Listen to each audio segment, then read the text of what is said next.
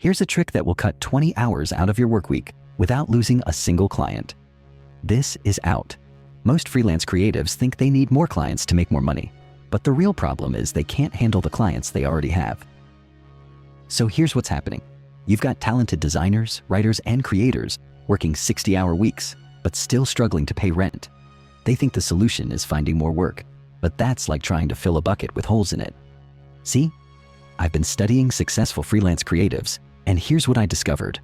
The ones making six figures aren't working more hours than you. They're not more talented than you. They just figured out something most people miss completely. They learned how to set boundaries that actually make clients respect them more, not less. But here's where it gets interesting. Most creatives are terrified to set boundaries because they think clients will leave, so they say yes to everything. Rush jobs at 2 a.m., endless revisions, clients calling them on weekends. And you know what happens? The clients lose respect for them anyway. Because here's the thing about human psychology. We value what's scarce and we take for granted what's always available.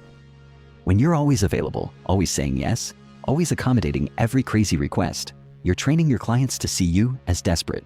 And desperate people don't get paid premium rates. But when you have clear boundaries, something magical happens. Clients start viewing you as a professional, not a pushover.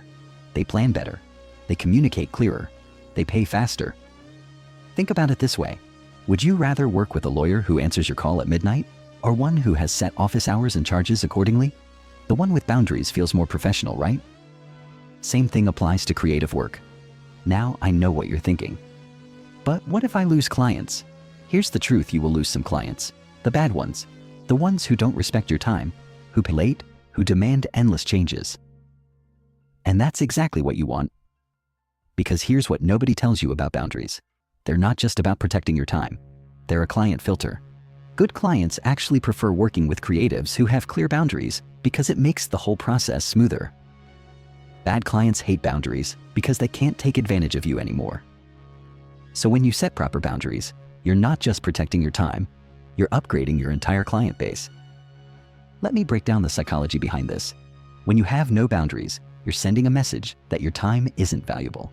And if your time isn't valuable, why should your work be valuable? But when you have clear boundaries about when you work, how you communicate, and what you will and won't do, you're sending a different message. You're saying, I'm a professional who values my craft. And professionals get paid like professionals. Here's another thing that happens when you set boundaries. You get your life back. No more working weekends.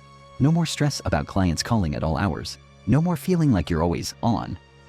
Which means you show up to your creative work refreshed and focused, instead of burned out and resentful. And when you're refreshed and focused, your work gets better. Better work leads to better clients. Better clients pay better rates. It's an upward spiral instead of the downward spiral most creatives are stuck in. But here's the key. There's a right way and a wrong way to set boundaries. Set them wrong, and you will lose clients. Set them right, and you'll attract better ones.